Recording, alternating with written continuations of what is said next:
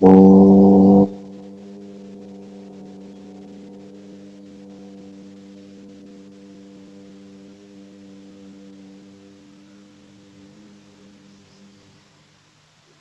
समादरणीय धार्मिक सज्जनवृंद, महर्षि गौतम मुनि प्रणीत न्याय दर्शन के अंदर बुद्धि की अनित्यता का प्रसंग आया है। बुद्धि शब्द का अर्थ न्याय वैशेषिक में ज्ञान है और सांख्य में बुद्धि का अर्थ होता है वह द्रव्य जो कि प्रकृति का पहला विकार है और जिससे हम निश्चय करते हैं, निर्णय करते हैं, ये ठीक है या गलत है।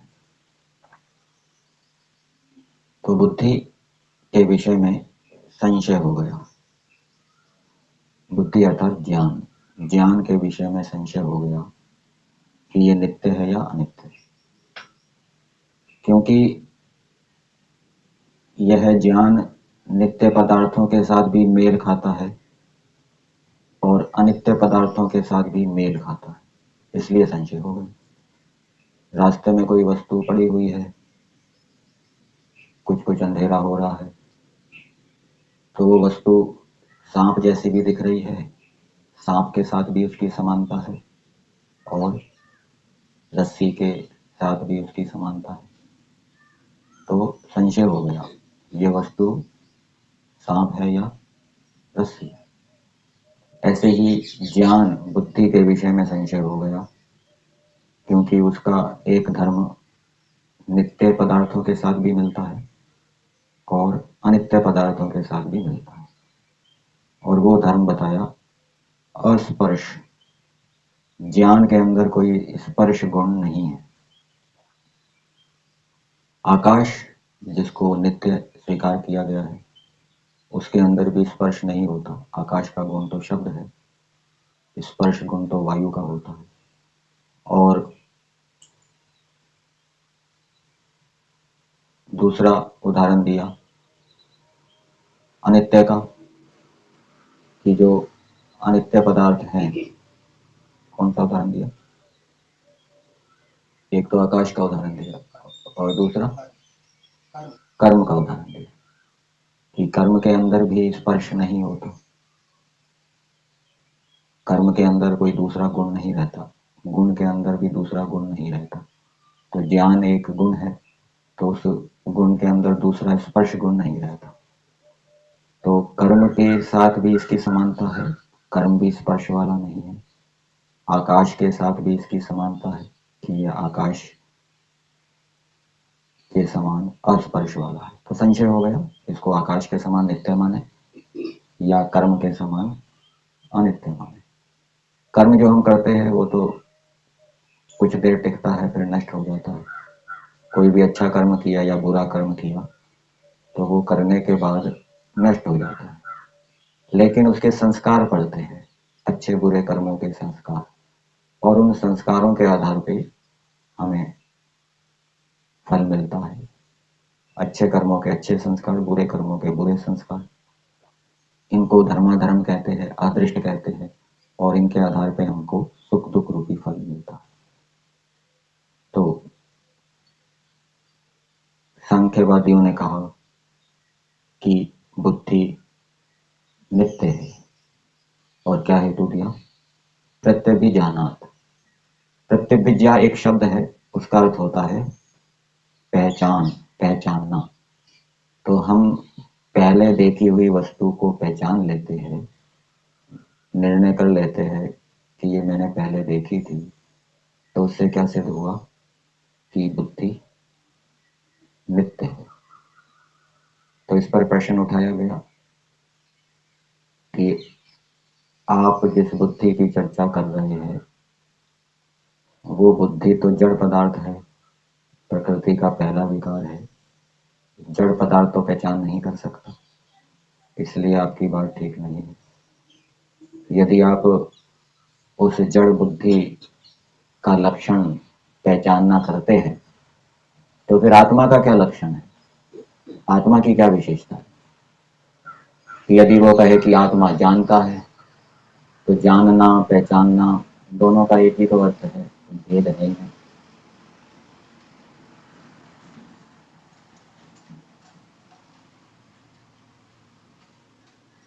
इसलिए आपकी बात ठीक नहीं। आपने जो हेतु दिया पहचानने से, उससे तो आत्मा की नित्यता सिद्ध होती है, क्योंकि जानना पहचानना ये आत्मा का लक्षण है, चेतन का लक्षण है, जड़ का लक्षण नहीं है। और फिर यदि ऐसा कहा जाए कि बुद्धि का अर्थ होता है मन, बुद्धि का अर्थ होता है मन, और मन नित्य है, क्यों? हेतु वही, पहचानने से। तो मन भी नहीं पहचान सकता, वो भी उपकरण है, साधन है, जड़ है। पहचानना गुण तो आत्मा का है, जानना गुण तो आत्मा का है, तो इससे तो आत्मा की नित्यता सिद्ध होगी। अब यदि ऐसा कहा जाए, कोई ऐसा कहे कि मन नित्य है, मन स्थिर है, और उसके अंदर जो वृत्तियां हैं वो उत्पन्न और नष्ट होती हैं, वो अस्थिर है, और दोनों मन और वृत्तियां दोनों एक हैं, अलग अलग नहीं है। तो न्याय और वैशेषिक में क्या माना जाता है? गुण और गुणी, धर्म और धर्मी अलग अलग होते हैं, ठीक है ना? अग्नि है, वो धर्मी है, और अग्नि का जो गुण है क्या? उष्णता, प्रकाश, वो अलग है। अग्नि अलग है और उसका गुण उष्णता और प्रकाश अलग है। पानी, पानी का गुण क्या है? शीतलता। तो पानी और उसका गुण शीतलता अलग अलग है, एक नहीं है। लेकिन सांख्य और योग वाले क्या मानते हैं? दोनों एक है। अग्नि का हो अग्नि और उसकी गर्मी अलग नहीं है, एक ही बात है। आत्मा और उसकी चेतनता अलग नहीं है, एक ही है, क्योंकि वो हमेशा उसके साथ रहती है, इसलिए अलग अलग नहीं है। तो यदि कोई ऐसा कहे कि मन नित्य है और उसके अंदर जो वृत्तियां हैं वो उत्पन्न और नष्ट होती हैं, और मन स्थिर है, तो मन यदि स्थिर है और मन और वृत्तियां एक हैं, समान हैं, तो फिर वृत्तियों को भी स्थिर होना चाहिए, नष्ट नहीं होना चाहिए। फिर एक साथ अनेक ज्ञान होने का दोष आएगा, एक साथ अनेक ज्ञान होने लगेंगे, रूप का ज्ञान भी होने लगेगा, रस का ज्ञान भी साथ साथ होने लगेगा। और क्या दोष आएगा? आप यदि वृत्तियों को उत्पन्न और नष्ट होने वाला मानते हैं और मन और वृत्तियों को एक मानते हैं, तो फिर क्योंकि वृत्तियां नष्ट हो जाती है तो मन के विनाश का भी प्रसंग आएगा। और यदि आप मन और वृत्तियों को एक मानते हैं, मन एक है, तो वृत्तियां भी अनेक नहीं होनी चाहिए, एक होनी चाहिए। वृत्ति भी एक होनी चाहिए, जबकि अनेक वृत्तियां होती है। रूप ज्ञान, रस ज्ञान, रूप से संबंधी वृत्ति, रस रस से संबंधी वृत्ति, गंध से संबंधी वृत्ति, ये अलग अलग वृत्तियां, अलग अलग ज्ञान मन के अंदर उत्पन्न होते हैं। तो यदि आप एक मानते हैं तो फिर एक ही वृत्ति होनी चाहिए, अलग अलग नहीं होनी चाहिए।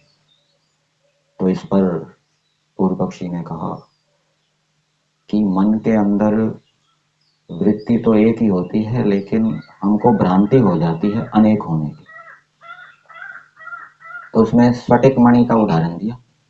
स्फटिक मणि एक होती है, तो कांच जैसी होती है, त्रिकोण आकार में दिखेगी आपको। तो उसके सामने कोई लाल वस्तु रखें उसके साथ, तो वो लाल दिखने लगती है। उसके साथ कोई पीली वस्तु रखें तो वो मणि पीली दिखने लगती है।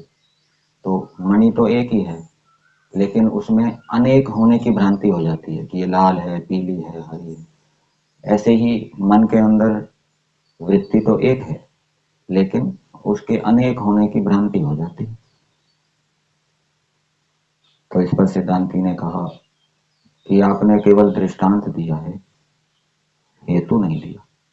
बिना हेतु के आपकी बात सिद्ध नहीं होगी।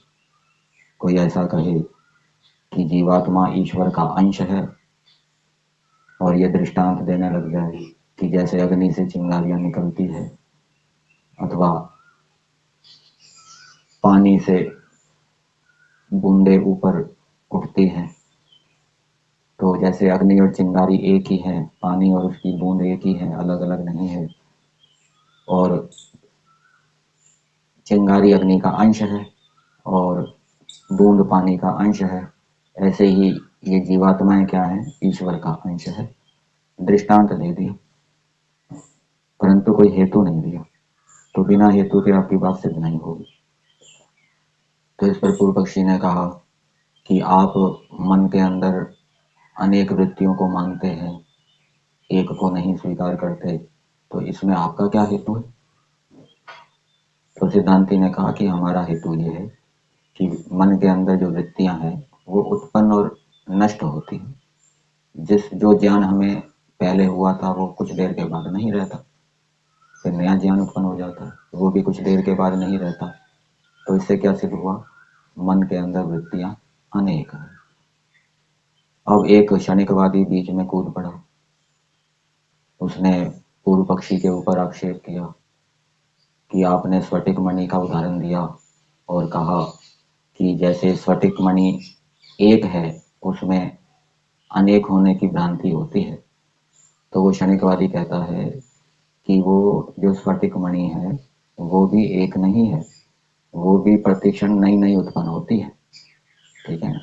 प्रतिक्षण नई नई वस्तु क्षणिक वो मणि उत्पन्न होती है, पहले वाली मणि नहीं रहती। और उसने अपनी बात को सिद्ध करने के लिए उदाहरण दिया शरीर का। जैसे शरीर के अंदर हम आहार लेते हैं, खाते हैं, पीते हैं, उससे शरीर की वृद्धि होती है, और खाना पीना छोड़ दें तो उससे ह्रास होता है। तो जैसे शरीर के अंदर वृद्धि ह्रास होता है और इस कारण से शरीर क्या है, नया नया होता जाता है, पहले वाला शरीर नहीं रहता। जो शरीर बढ़ गया वो नया शरीर हो गया, पहले वाला नहीं रहा। अथवा जो शरीर घट गया वो नया शरीर हुआ, पहले वाला नहीं रहा। तो ऐसे ही स्फटिक मणि भी प्रतिक्षण नई नई उत्पन्न होती है, पहले वाली स्फटिक मणि नहीं रहती, नई उत्पन्न होती, वो भी समाप्त हो जाती है, फिर नई उत्पन्न होती। तो इस पर सिद्धांति ने कहा कि आपकी बात ठीक नहीं है। आपने जो दृष्टांत दिया शरीर का, ये सब वस्तुओं के ऊपर लागू नहीं होता। क्षणिकवादी क्या मानते हैं कि संसार की प्रत्येक वस्तु क्षणिक है। जिन वस्तुओं को हम इस समय देख रहे हैं, जितनी भी वस्तुओं को देख रहे हैं या नहीं देख रहे, जो प्रत्यक्ष है, जो परोक्ष है, वो अगले क्षण नहीं रहेगी, उसके स्थान पर नई वस्तु आ जाएगी। वो भी अगले क्षण नहीं रहेगी, उसके स्थान पर नई वस्तु आ जाएगी, ऐसा मानता है। और उसने अपनी बात को सिद्ध करने के लिए शरीर का उदाहरण दिया। तो इस पर सिद्धांति ने कहा कि आपका ये उदाहरण सब पर नहीं घटता। चलो शरीर को आप मान लो प्रतिक्षण नया उत्पन्न होता है, क्यों? क्योंकि उसमें वृद्धि ह्रास होता है। लेकिन पत्थर में तो कोई वृद्धि ह्रास नहीं होता, पत्थर तो बढ़ता घटता नहीं है, लोहा तो बढ़ता घटता नहीं है, वो तो वैसा ही रहता है। इसलिए वहां आप कैसे क्षणिकता को सिद्ध करेंगे? इसलिए आपकी बात ठीक नहीं।